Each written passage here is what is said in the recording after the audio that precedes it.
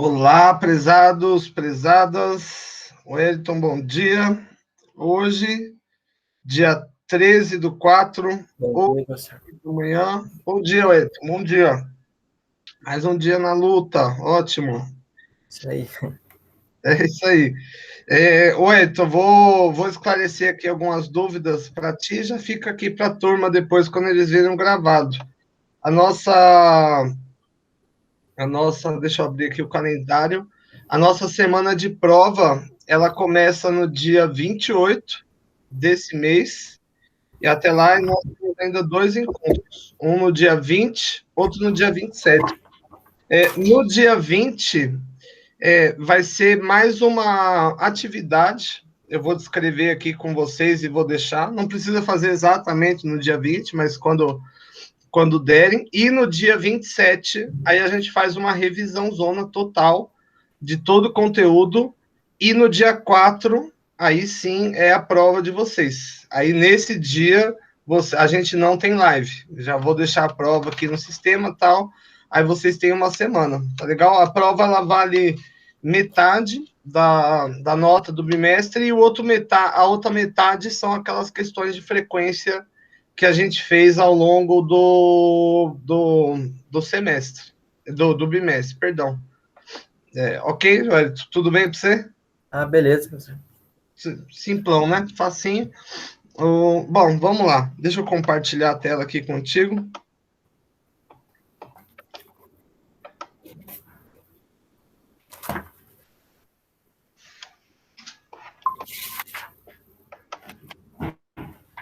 Bom, hoje a gente vai falar de dois autores mais contemporâneos. Sempre que der, eu vou fazer isso, trazer autores da atualidade, que é a Sandra Maria Pfister, que é da Áustria, e o Alexandre White, que é da Johns Hopkins University. Ambos fizeram aqui apontamentos em relação à Covid-19, e eu vou utilizar esses apontamentos para a gente já fazer já uma inter-relação com os conteúdos que a gente viu até agora, né? Nós passamos por uma série de conteúdos, né? Desde na primeira aula, né? A gente começou a construir o conceito de cultura, a gente trabalhou também com outro conceito que era o modelo cilíndrico, nós trabalhamos com o Pierre Bourdieu, né, com o conceito de campo e hábitos, e também o conceito de capital. Nós falamos também de Ulrich Beck, nós falamos de Nicholas Luhmann, que é a questão dos sistemas políticos. Introduzimos também alguns temas relacionados à profissionalização no mundo contemporâneo em sentido estricto, né, sendo a uberização e outro a McDonaldização, e hoje a gente começa a fazer uma reflexão acerca da pandemia da Covid-19 através de três apontamentos, né, de Sandra Maria Pfister e o Alexandre Martins. Essa aqui da foto é a Pfister. É uma enfim, ambos aqui muito jovens, né, com menos de 40 anos, enfim, autores muito contemporâneos, muito modernos. Bom, deixa eu cortar aqui para mim, depois eu vou aos poucos aqui liberando novamente a câmera. Bom, primeiro, né, a Sandra Maria Pfister, ela traz um apontamento que é o seguinte, né? Porque, primeiro, se a gente voltar lá naquele modelo que a gente viu do modelo cilíndrico, a pandemia da Covid-19, ela é um tipo de agente biológico, né? Ou seja, vai estar involucrado, né, enquanto variável ambiental, mas que vai afetar todas as esferas da sociedade, né? Desde o imaginário coletivo até a ação do governo e também o mercado do trabalho. Então, a Sandra Maria Pfister, ela diz o seguinte, que é muito provável que uma epidemia microbiana, né, não só a de Covid-19, mas qualquer uma que pode se classificar como pandemia, ela vai vir acompanhada de três diferentes epidemias psicossociais, né? O que isso quer dizer? Psico, né, que são psíquicas, e sociais, de relação social, ou seja, são pandemias que vão afetar as nossas ideias, os nossos valores e as nossas percepções, ou seja, pandemias culturais, né? Ela fala de 3 diferentes tipos. Né? Uma primeira pandemia, ela vai falar de uma epidemia de medo e de suspeita. Né? Primeiro, né, quando nós falamos de pandemia, de maneira geral, nós estamos falando de algum tipo de ameaça, né? Seja em relação à nossa rotina, seja em relação às nossas estruturas diárias, e como qualquer tipo de ameaça, ela geralmente vem acompanhada de uma fonte de estabilidade e previsibilidade em sentido contrário. Ou seja, a pandemia, de alguma forma, ela torna mais instável o nosso dia a dia, ou seja, a gente não sabe, por exemplo, quando que vai acabar a pandemia, não sei vocês, mas eu nunca fui otimista em relação a isso, né? Evidentemente, porque eu estou lastreado mais em dados, né? Mas, por exemplo, a minha esposa, que apesar de ser jornalista, ela não se interessa tanto pelo assunto, ela achava que nós chegaríamos em maio, por exemplo, agora, e não haveria mais pandemia, que daria para a gente viajar tranquilamente, que maio é o aniversário da minha filha, né? No ano passado a gente ia fazer uma viagem, não fizemos, né, em razão da pandemia de Covid-19.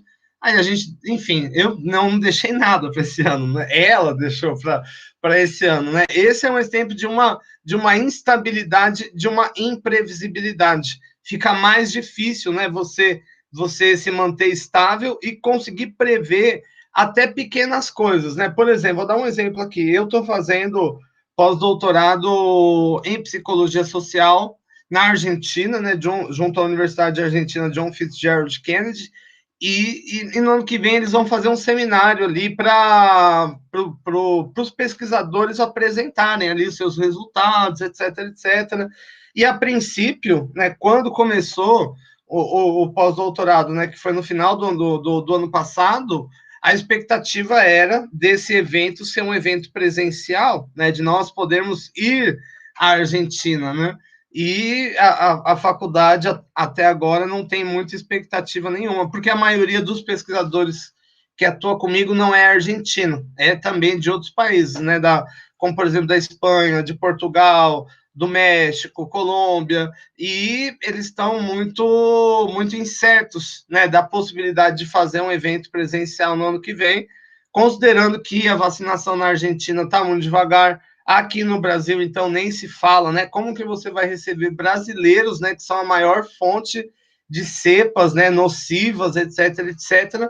Então, aqui, né, o primeiro tipo de epidemia vai ser uma epidemia de medo e suspeita, né? Medo e suspeita, a princípio, das ameaças que vão recair em relação à nossa própria vida, né, afetando a estabilidade e a previsibilidade, né? Se nós fôssemos voltar, né, ao que nós vimos em aulas anteriores, né, isso vai afetar, por exemplo, a cultura, né, afetando aqui as ideias, os valores e as percepções individuais das pessoas, né? Ou aqui a gente pode voltar, por exemplo, ao Ulrich Beck, né, que vai falar em uma sociedade de risco, né? A prosperidade de um lado, a morte de outro. A pandemia, ela nos coloca exatamente no centro disso. Nós não estamos exatamente abraçados com a morte, mas nem com a prosperidade. Nós estamos no meio termo, né?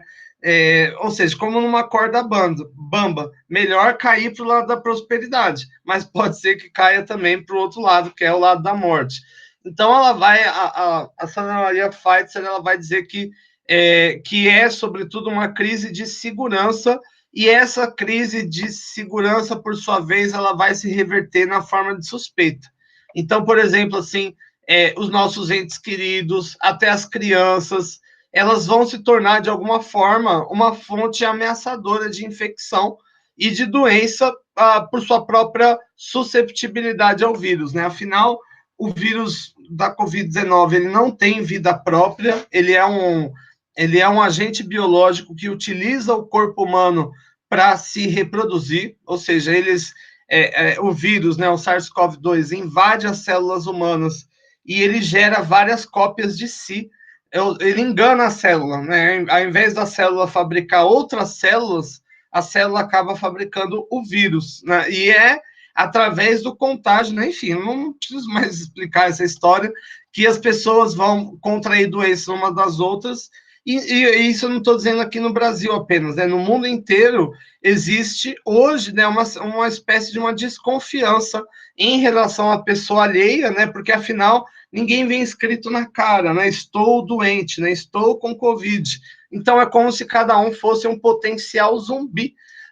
Ou seja, ele não tá te atacando, mas ele pode te converter em mal, o que faz com que, em maior ou menor medida, a incerteza, né, e a epidemia de medo e suspeita fique no ar, né? Então, afinal, né, aqui a gente pode dizer que a pandemia de Covid-19 ela vai destacar o dilema mais básico, né, do contato humano, ou seja, as interações é o que nos fazem adoecer e também nos constituem como comunidade. Isso é muito louco, né? Porque, de um lado, nós somos animais sociais, ou seja, o ser humano ele é feito para interagir com outro humano, nós falamos, tudo em nossa constituição é para nós interagirmos. Aliás, o que nos faz uma sociedade é justamente a interação, mas nós vivemos em um momento onde nós temos que reduzir a interação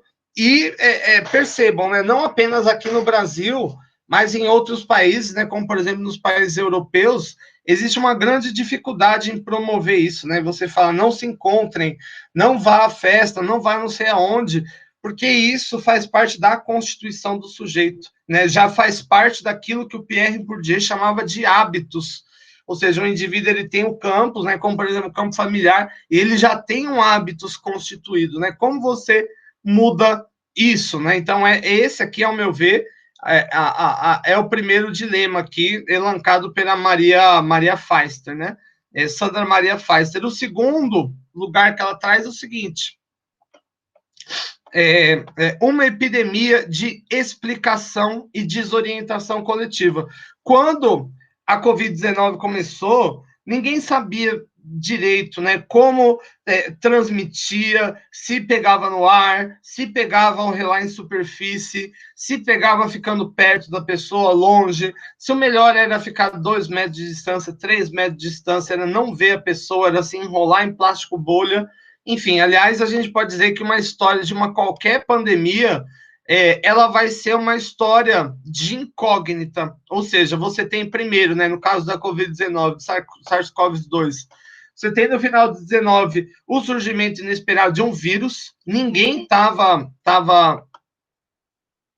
vamos liberar aqui o Giovanni, ninguém estava aqui esperando isso, e por sua vez, essa desconfiança, pouco a pouco, ela vem se tornando que know-how, né? Ela vem se tornando conhecimento, por exemplo, através de fatos científicos, ou mesmo a própria identificação do vírus, né? No presente, por exemplo, nós vivemos aqui no Brasil a identificação de novas cepas, né, do vírus, o que vem criando, inclusive, um grande medo na comunidade internacional, né? Já pensou, por exemplo, se o mundo consegue lidar com todo o desafio da Covid-19 e só o Brasil ainda apresenta novas cepas, né? Que ruim isso seria, né? Porque já está ruim bastante, né? O brasileiro não pode entrar em lugar nenhum, né? Nem na Europa, nem nos Estados Unidos, enfim.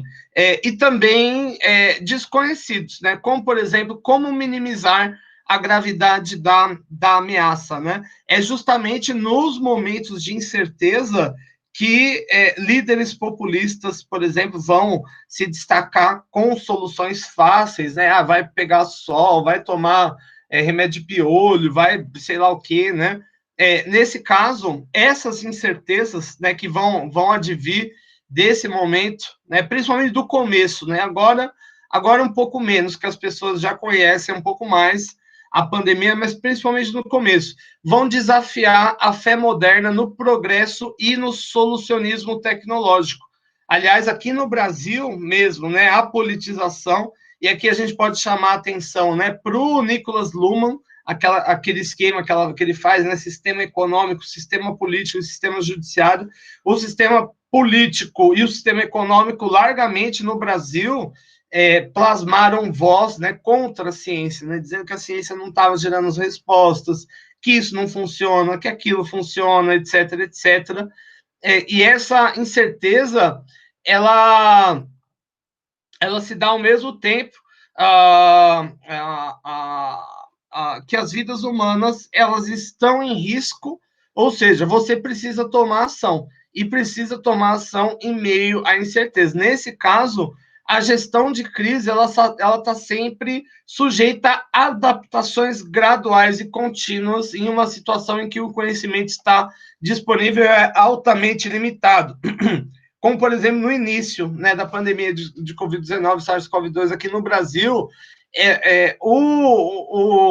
o então ministro da Saúde, Luiz Henrique Mandetta, por exemplo, dizia que as pessoas só deveriam usar máscara caso estivessem doentes, mas aqui era uma incerteza e relacionada a um momento específico, né, um momento de falta de máscaras, né, não se tinha máscaras, né, e hoje, ainda assim, né, que a gente avançou muito para uma parcela significativa da população, o que resta é ainda dúvidas, né? Tem gente que acha, por exemplo, que soluções simples, né, como chá de alho, cloroquina, sol, exercício, né, vai impedir o indivíduo, por exemplo, de curar a Covid, e é justamente essa incerteza que, em larga medida, vai colocar em xeque o nível de eficiência das nossas medidas de combate à Covid-19, né? E aqui destacando, né, por fim,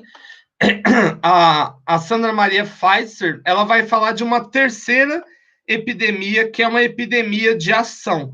Então a gente pode dizer o seguinte, que a resposta social à pandemia de coronavírus, ela vai envolver cada uma das esferas sociais. Se a gente for voltar lá naquele modelo que a gente viu no começo, que era o modelo cilíndrico, vai envolver tanto a infraestrutura, que é a base produtiva da sociedade, ou seja, as empresas, os agricultores, os produtores independentes, vai envolver os governos, estrutura social, e aqui governos a gente fala tanto de legislativo, executivo, como judiciário, como também vai envolver a sociedade como um todo, e aqui a gente pode falar de superestrutura, né, o imaginário coletivo da sociedade.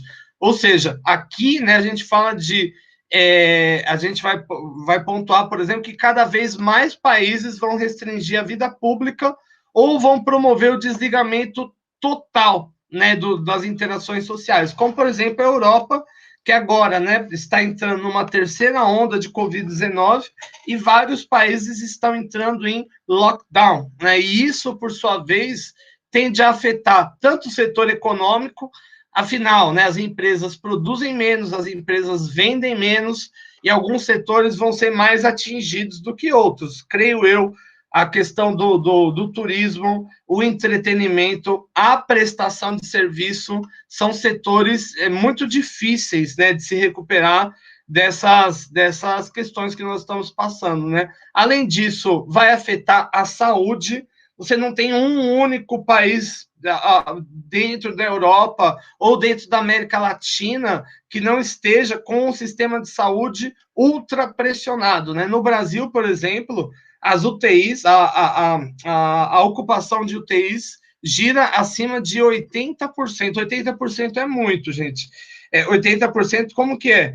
Você tirou o cara que acabou de morrer, não dá 20 minutos para o negócio ali esfriar, você já tem que deitar um cara ali para entubar de novo. É extremamente deletério, né? Além disso, a gente pode pontuar a educação. Se a gente considerar hoje, né, mais de 1,5 bilhão de crianças estão fora da escola, e mesmo vocês, adultos, né, estão tendo que lidar com outro modelo de ensino que não é tão adaptável, que não é tão simples para todo mundo.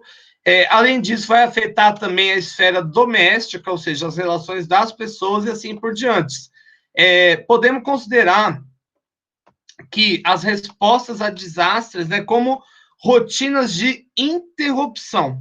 Ou seja, quando a gente vai gerar uma resposta, né, como, por exemplo, um lockdown, uma máscara, né, ou o diabo que for, a gente está falando de uma rotina de interrupção voltada a estabilizar as rotinas que estão interrompidas, né? Ou seja, hoje né, se nós promovemos um lockdown, se nós, enfim, à medida que for, né, testagem em massa, nós estamos interrompendo rotinas para interromper menos a rotina, na verdade, né, para reduzir num grau eficiente, né, a Covid-19, ao ponto que nós podemos voltar, né, às atividades econômicas, né? Bom, enfim, né, paradoxalmente, né, a suspensão da ordem é considerada, então, como meio de salvá-lo, né? Quando nós, então, suspendemos o funcionamento das instituições, é porque a gente quer recuperar um dia. Bom, mas, né, se as experiências de desastre, né, consistem na ruptura da ordem tida como certa, então a resposta é um elemento constituinte também, né, pelo menos na medida que os efeitos biológicos do próprio vírus, né, por um momento, em pelo menos o mundo pode estar de cabeça para baixo. Bom, deixa eu compartilhar aqui com vocês para mostrar ali, então, fazer um apanhado que a gente trouxe aqui da Sandra Maria Feister.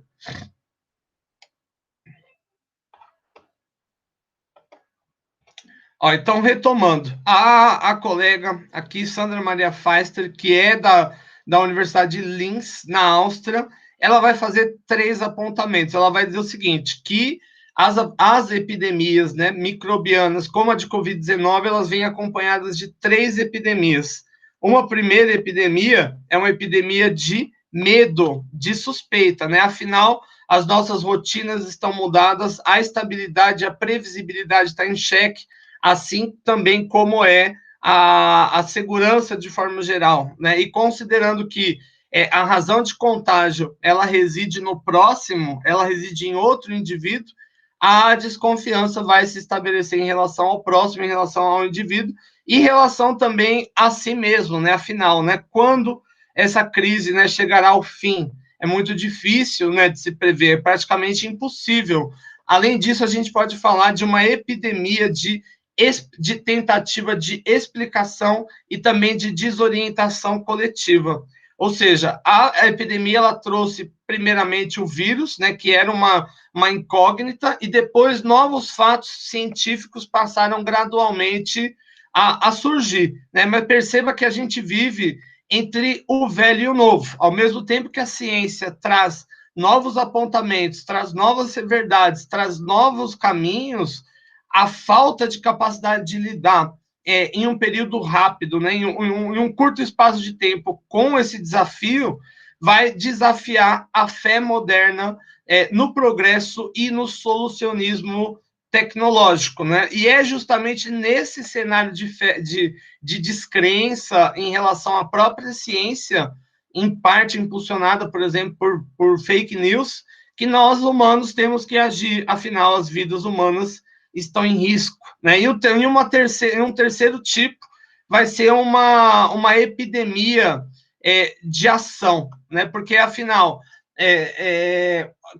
cada governo, por sua vez, adotou uma série de medidas de distanciamento, de isolamento, de vacinação, etc., etc., e essas medidas vão promover danos, né? Danos à economia, danos à saúde, danos à educação, à esfera doméstica de forma geral. Enfim, claro que cada governo vai atuar dentro de uma estrutura, né? No Brasil, se a gente olhar naquela lógica do Nicholas Luhmann, eu percebo que a esfera política ela fica muito naquela lógica de poder e não poder, e muito atuando, pensando aqui nos benefícios eleitorais, pensando aqui na opinião pública, e havendo conflito, inclusive, né, entre as bases do poder, como, por exemplo, o governo executivo e o judiciário, enfim, em conflito. Então, a gente fala de uma epidemia de ação, que não só há muitas ações, mas ações de todo tipo. Ação, por exemplo, mal feita, né? Você vai, sei lá, você estabelece um toque de recolher às 8 horas da noite, mas o resto do comércio fica aberto até às 11, né? Como, então, a polícia vai conseguir descobrir, né, quem está na rua para ir na academia e quem está na rua porque está simplesmente na rua? Isso é um claro, né, conflito aqui na orientação. Bom, deixa eu Bom, e agora eu vou trazer aqui alguns apontamentos do Alexandre White, né? Alexandre White, ele é sociólogo e historiador da Johns Hopkins University, e ele está sempre na imprensa de massa, dando apontamentos aqui em relação à Covid-19. E ele vai fazer alguns apontamentos importantes, né, que a gente pode relacionar com o que a gente viu até então. Bom, primeiro, o primeiro ponto que o Alexandre White vai trazer é o seguinte: antes, né, da Covid-19, na década de 80, nós enfrentamos uma outra epidemia, que foi a epidemia de HIV e AIDS, assim como também a de peste bubônica. E ambas as pandemias, né, a de peste bubônica no começo do século XX, e a epidemia de AIDS aqui em 1980, na década de 80, ambas as pandemias, se a gente lembrar aqui da aula que a gente teve do Norbert Elias, né, dos estabelecidos e outsiders, ambas as pandemias, né, de HIV e a de peste bubônica, elas vão levar a estigma e intolerância, né, principalmente ao fato de que as doenças passam a ser associadas a certas comunidades e pessoas. E isso, por sua vez, esse estigma, ele tem um efeito criando uma resposta de saúde pública potencialmente vingativa, aliás, na própria comunidade. Isso eu disse logo no começo. Em vários países europeus, até nos Estados Unidos, chineses, no início da pandemia da Covid-19, foram agredidos, orientais, de maneira geral, acusados, né, de que eles estavam contaminados, né, de que eles eram portadores do vírus, né? E na nossa sociedade, se a gente olhar, hoje vai existir um repúdio, principalmente das elites, em relação às ditas classes inferiores, né, que, por sua vez, estarão mais susceptíveis, mais expostas à Covid-19, o que vai, de alguma forma, alicerçar e aumentar o preconceito e a rivalidade entre os grupos. Ou seja, não queremos desviar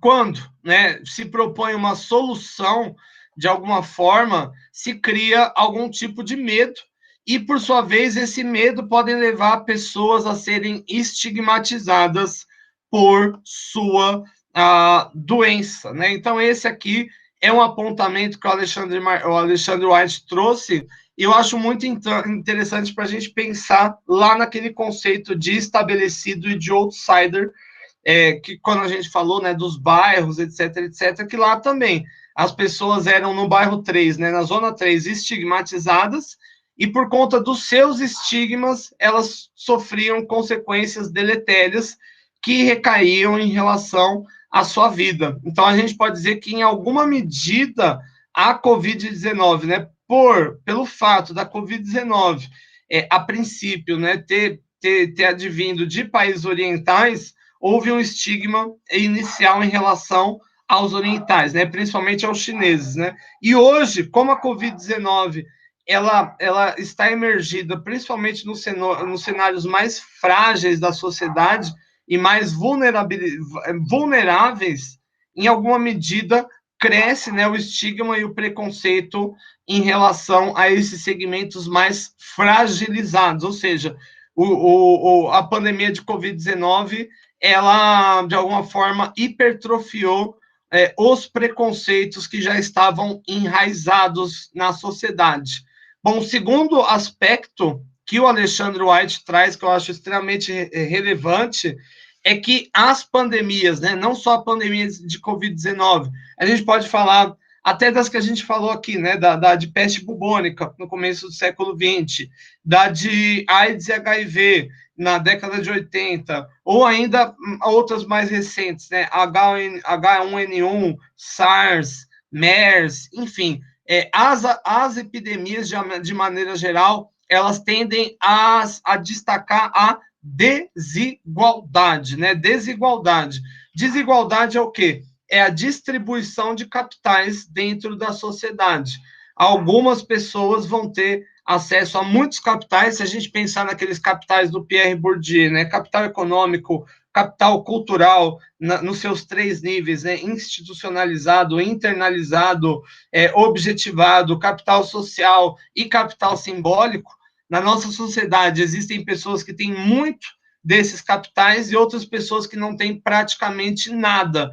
E a desigualdade, aqui, né, gera-se um cenário de desigualdade, e a pandemia, por sua vez, ela amplia, ela hipertrofia o cenário de desigualdade, tornando, inclusive, as consequências da desigualdade mais nocíveis e perspectivos, né?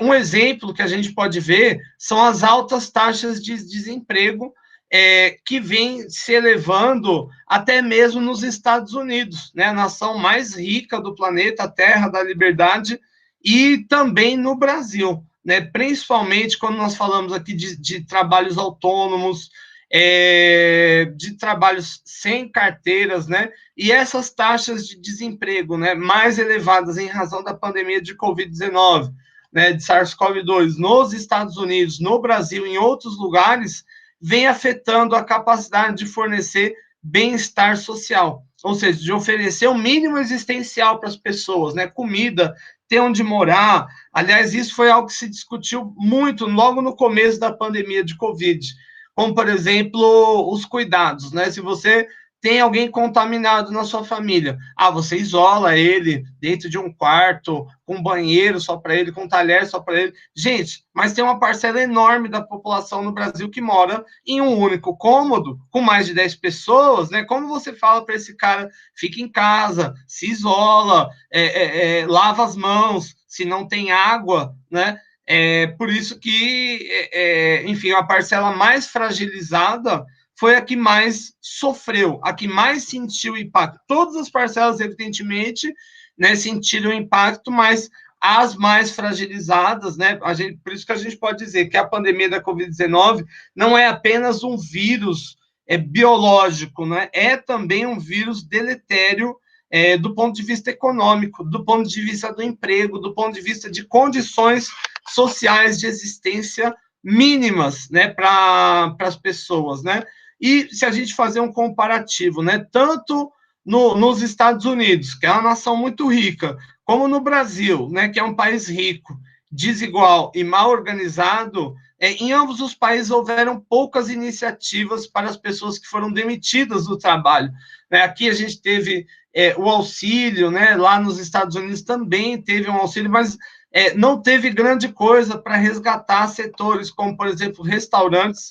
No Brasil, a gente tem uma faixa aí, talvez, de 30 mil restaurantes que tenham ido para o saco agora com a pandemia. A hotelaria é um setor que sofreu muito, o setor de recreação, de entretenimento, de forma geral.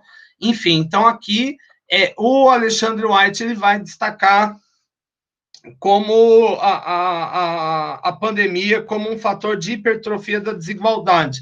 Se a gente pensar, e esse que é o objetivo agora, gente, a gente tem que tentar integrar todas as teorias que a gente viu até agora, porque é assim que vai ser, evidente, o trabalho que nós vamos fazer, e também a prova de forma geral, né? Então, aqui, a pandemia é um vírus, nós pensarmos lá aquele modelo cilíndrico, que vai afetar a infraestrutura, que é a base produtiva, que vai afetar a estrutura social, né, que é o governo, o judiciário e o executivo, e vai afetar também o imaginário coletivo das pessoas.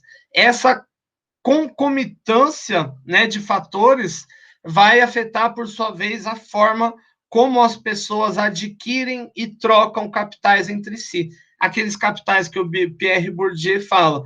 E, consequentemente, o lado mais afetado dessa relação é justamente quem tem menos capital, né? O que pode, por sua vez, hipertrofiar ainda mais o estigma, né, entre as comunidades carentes, entre as comunidades menos assistidas, né? Além disso, ele vai destacar, né, o Alexandre White, ele vai destacar um ponto muito importante, que essa desigualdade, ela não é só baseada naqueles 4 capitais do Pierre Bourdieu, mas ela também está muito alicerçada na questão da estigmatização, que são as desigualdades raciais e também as disparidades de saúde, que vão, por sua vez, colocar algumas pessoas mais em risco do que em outras, né? Alguns estudos no Brasil mostram que a comunidade negra ela está 5 vezes mais mais fragilizada, ou seja, um negro e um branco hoje, ambos adquirem Covid-19, SARS-CoV-2, o negro ele vai ter 5,5 vezes mais chances, né, de ter aqui uma síndrome respiratória aguda grave, né, e ter que ser internalizado, ter que ser hospitalizado, etc, etc. E isso, né, não é porque a biologia do negro ou, enfim, de quem for é mais fraco ou mais forte, mas isso diz respeito às outras condições pela qual o indivíduo tem acesso e que, por sua vez, levam ele a ser mais ou menos fragilizado, né, do ponto de vista de saúde, né? Como é a alimentação desse sujeito, né? Como é a rotina desse sujeito, como é os atendimentos médicos que ele teve, né? Como é os atendimentos preventivos, né, que esse indivíduo teve, né? Então, aqui a gente pode falar de que tanto, né, essa propensão, né, a ter complicação, como também as disparidades de maneira geral, vão ser consequências da desigualdade social, que vão aqui interferir na dinâmica epidêmica. Por exemplo, vai aumentar o nível de contágio, né? Afinal, quando você tem casas, né, mais próximas umas às outras, você aumenta. Foi o que aconteceu no caso, por exemplo, da peste bubônica, né? Quanto mais próxima, né, as residências, né, quanto menos saneamento básico, né, quanto menos higiene havia, né, mais rápido o vírus se propagava, né? E isso precisa ser resolvido, né, em breve, e tem se mostrado, né, como emblemático ao bem-estar social de maneira geral, tanto no Brasil como também em nações desenvolvidas como os Estados Unidos, né? O Alexandre White ele chama a atenção para os Estados Unidos e eu aqui chamo atenção para o Brasil, né? E pergunto aqui, né, para vocês, né? Imagine se nos Estados Unidos a pandemia, né, fragilizou o bem-estar social dos negros, né? Será que no Brasil essa lógica foi diferente? Indubitavelmente que não, né? E de maneira geral, para eu finalizar aqui, as epidemias, todas elas são crises, né? E durante as crises, muitas crenças comuns são questionadas e também o status, né, de algum, por exemplo, a crença em relação à ciência, a crença em relação até a Deus, a crença em relação ao potencial dos governantes, né? Tanto que, por exemplo, a favorabilidade, a opinião pública em relação aos líderes é afetada consistentemente pela pandemia. Quanto menor o número de mortes, quanto menor o número de contágio e quanto, né, menos a economia se afetou, mais as pessoas avaliam como positiva a atuação, por exemplo, do presidente da República, né, dos seus países, evidentemente. Então, a crise, a epidemia enquanto crise, ela coloca a necessidade de se repensar, né? E aqui vem questionamentos de todo lado. A ciência é vista como demorada. Eu vi, por exemplo, no meio termo, no ano passado, em junho do ano passado, as pessoas questionando, né? Mas cadê a vacina, tal? Como se faz com a vacina em um mês, gente? Calma, né? Enfim, isso faz parte, né? A gente questiona o status quo das coisas, né? E isso é comum a todas as crises, né? Como foi, por exemplo, a Segunda Guerra Mundial. O término da Segunda Guerra Mundial levou à criação de instituições para alavancar a paz no mundo, né? Porque começou a se questionar, falando, não, se eu não fizer aqui uma base do que seria um governo mundial, os países vão entrar em guerra de novo, e uma terceira guerra vai ser muito pior do que foi a segunda, e aí já era, né? O mundo inteiro vai ser destruído, né? Então a gente pode ver que a gente vai ver durante um bom tempo um aumento nas disparidades de saúde pública e também econômica, socioeconômica, em razão da pandemia de Covid-19. Aqui no Brasil, por exemplo, creio que muito mais empregos vão ser perdidos, muitas mais empresas vão fechar. O Brasil vai perder investimento estrangeiro, afinal, ninguém vai querer colocar o dinheiro, né, em um país com crise econômica, política, social, né?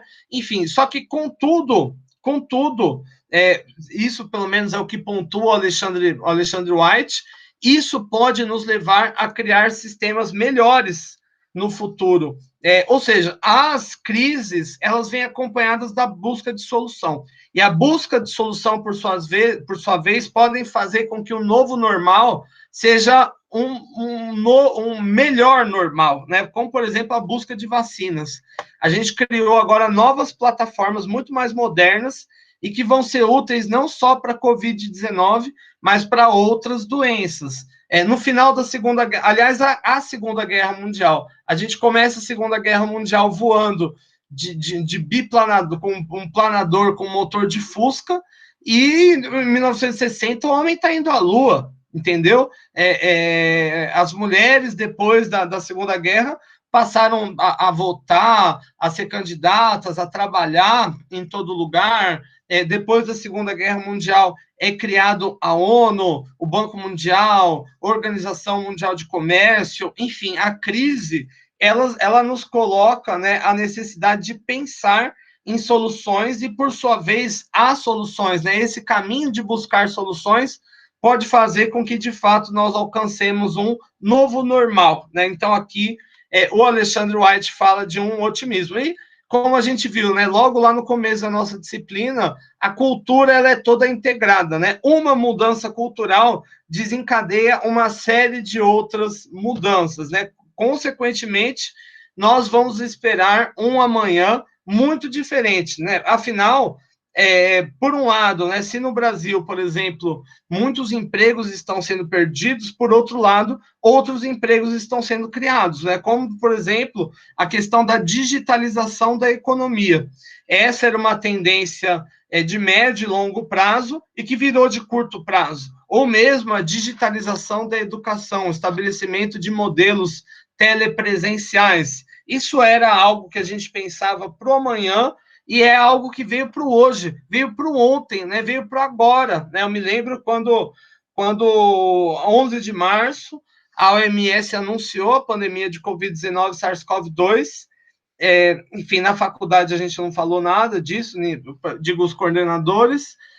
No dia 13 de março, meu aniversário, sexta-feira, eu ainda fui dar aula, mas não fui para restaurante, nada, comemorar, pensando aqui já na pandemia, e na terça-feira da outra semana já era, as aulas pararam, e com ritmo, assim, tá, a gente não sabe quando volta, como, mas tem que se adaptar. Então, do dia para a noite, mesmo aqueles professores que não tinham habilidade alguma, né, com a internet, passaram a gravar seus vídeos, passaram a produzir material. Isso é adaptação. Isso é o surgimento de novos mercados, né? A crise nos obriga a criar soluções e as soluções, por sua vez, podem nos levar a instituições melhores. Deixa eu compartilhar a tela com vocês aqui. Bom, vou fazer então um apanhadão de tudo que a gente falou hoje.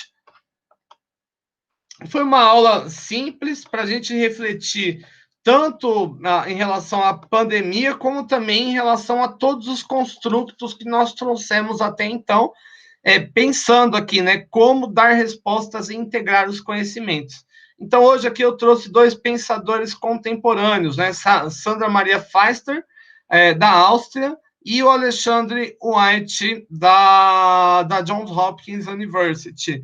Bom, a Sandra Maria Pfister, ela vai trazer um apontamento muito importante. A pandemia de Covid-19, ela é acompanhada de outras 3 pandemias psicossociais.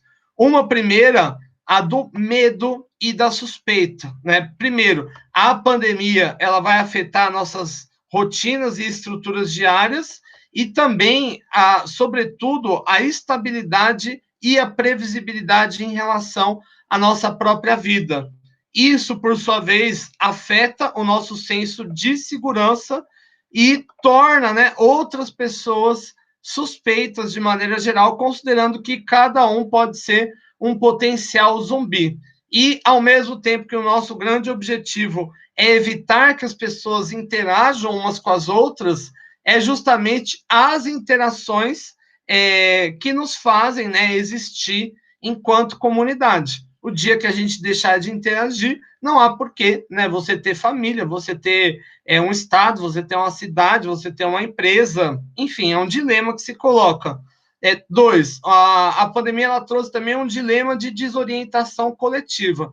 Primeiro, ela trouxe uma série de incógnitas, né, como o surgimento de um vírus que você nem sabe o que é, e gradualmente essas incógnitas vão se tornando conhecimentos científicos, né? Mas ainda assim você tem um universo, né, de incerteza e justamente a demora, né, de se promover uma solução definitiva à Covid-19, né, vem trazendo aqui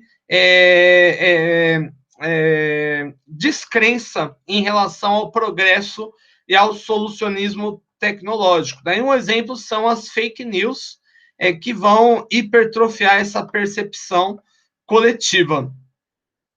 Além disso, a gente tem também uma epidemia de ação. Né? Cada país, cada governo, né, se viu obrigado a fazer alguma coisa, né, seja restringir a vida pública ou promover ao desligamento total, e isso, por sua vez, gerou consequências econômicas, à saúde, à educação e também à esfera doméstica. E aqui se cria um paradoxo, né? É justamente interrompendo as rotinas em um período de curto a médio prazo que você pode, no longo prazo, estabelecer as rotinas. Mas é difícil você criar um equilíbrio, né, para que essas coisas aconteçam e, enfim, alguns efeitos não sejam deletérios ad hoc, né, como, por exemplo, a perca de empregos. Alexandre White, por sua vez, ele vai pautar inicialmente a questão do estigma, que pandemias anteriores, né, como de HIV, de peste bubônica, levaram algumas comunidades a serem estigmatizadas e que provavelmente o mesmo, né, se dará ou já está se dando em relação à Covid-19, né, principalmente aos grupos mais frágeis da sociedade. Além disso, né, outro aspecto que se ressalta na pandemia é a questão da desigualdade. Nesse caso, né, você tem a elevação da taxa de desemprego nos setores mais assistidos e o que vai afetar a população já mais desprovida de capital. Ali o exemplo que ele traz é Estados Unidos, mas no Brasil a realidade é ainda pior, né? Além disso, essa desigualdade ela não é apenas econômica, ela tem também um recorte racial. O Alexandre White vai apontar isso nos Estados Unidos. E eu aqui trago também para o Brasil essa questão, né? Quando nós olhamos aqui para os dados, os negros eles têm 5 vezes e meio a mais probabilidade de desenvolverem síndrome respiratória aguda grave em razão da SARS-CoV-2 do que um não negro, né? Isso vai indicar não uma fragilidade biológica, mas uma fragilidade social. E, por fim, as epidemias, elas são crises, e durante as crises nós questionamos, né? Nós questionamos o presidente, nós questionamos o Papa, a religião, nossa vida, a capacidade do mercado de gerar soluções, etc, etc. E, por um lado, né, nós vamos ver ainda durante um tempo as disparidades em saúde pública e socioeconômica elevarem, né? Contudo, isso pode no longo prazo, nos levar a sistemas melhores, né? Ou seja, a soluções tecnológicas, a sistemas de saúde mais robustos, a novas leis, etc, etc. Não digo exatamente no Brasil, mas pensando no mundo de forma geral.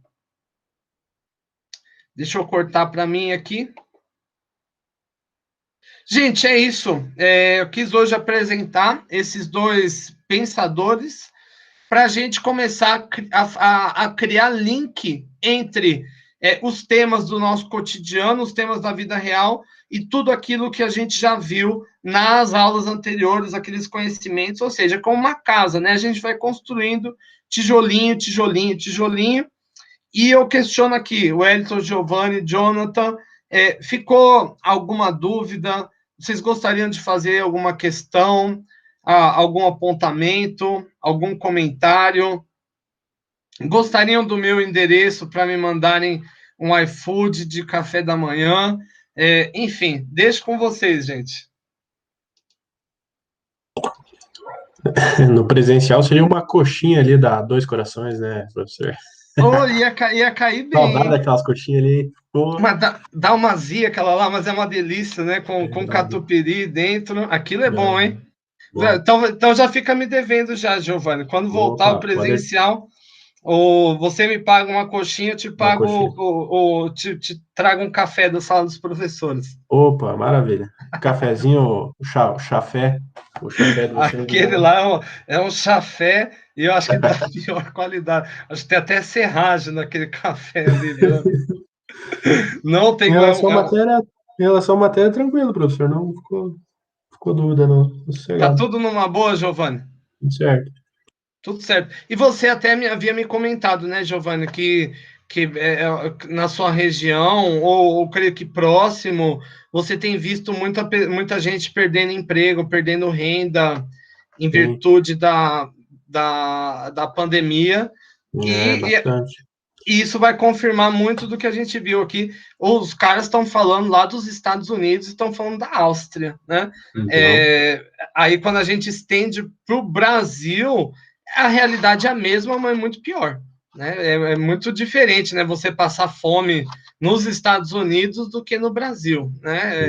É sim. ruim em ambos, é ruim em ambos, mas o colchão é um pouco maior lá do que aqui, né? Quem já está nos estratos mais baixos da sociedade está sentindo muito mais forte, né, a pancada, né? Eu ouvi Uhum. até uma tiazinha aqui da limpeza dizendo aqui que ela do condomínio aqui, né? Que ela pegava latinha para complementar a renda, mas que agora Sim. ela não acha latinha em lugar nenhum, porque, enfim, acho que as pessoas saem menos, jogam menos latinha na rua, e ela disse que, aliás, que acelerou a busca por latinha. Todo mundo Uhum. agora que perdeu o trampo, que tá catando latinha, ou seja, até esse recurso, Sim. latinha, tá faltando, né? Isso mostra o quanto a fome, né, tá batendo, né, na porta das pessoas, né?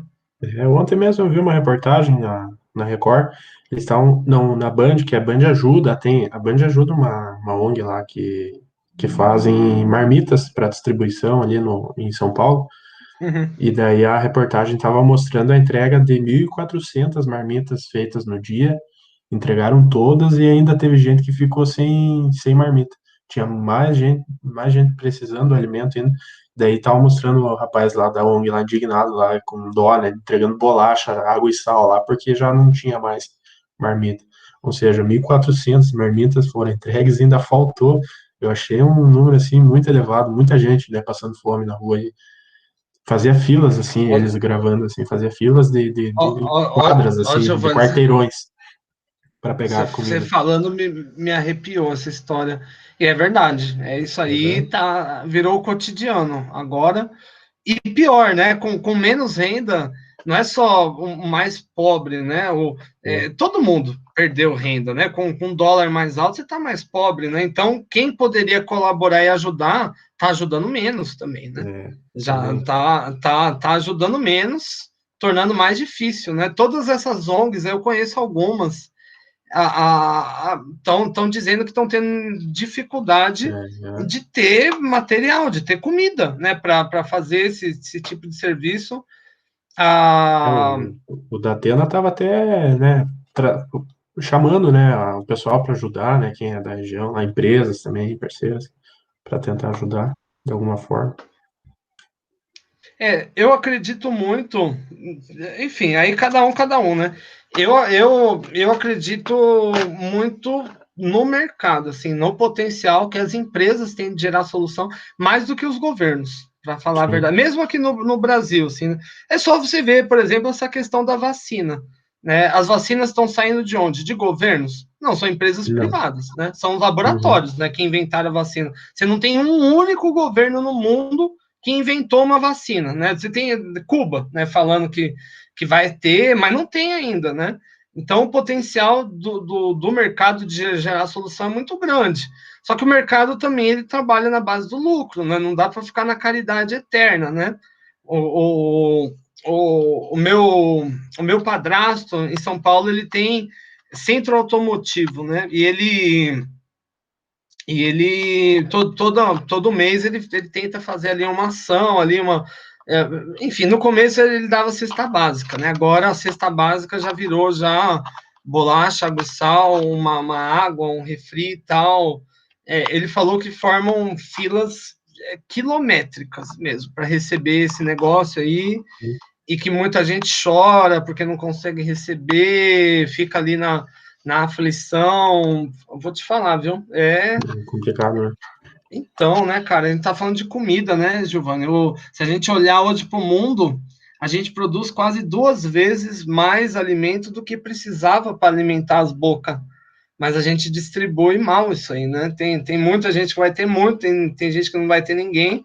Os que tem demais, tem uns que tem demais, outros tem de menos, né, professor? Então, e eu concordo aqui com o pensador que eu trouxe, que é o Alexandre Martins, que a pandemia ela aumentou isso aí, né? Essa desigualdade. Então, quem é mais pobre ficou muito mais pobre, quem é mais rico, não estou dizendo que ficou mais rico, mas alguns sim, né? Você teve, sei lá, o dono da Amazon, por exemplo, ficou mais rico durante a pandemia, né? Teve mais entrega, compraram até avião para lidar com isso. Enfim, a desigualdade aumentou. E se a gente pensar, né, no Brasil a desigualdade ela sempre foi associada com muita coisa ruim, né, como a violência, como, enfim, com prostituição de criança, tráfico de drogas, enfim, talvez isso no médio e no longo prazo, essas coisas infelizmente aumentem também no Brasil. Bom, vou cortar aqui a gravação que já está muito grande, senão vocês não assistem.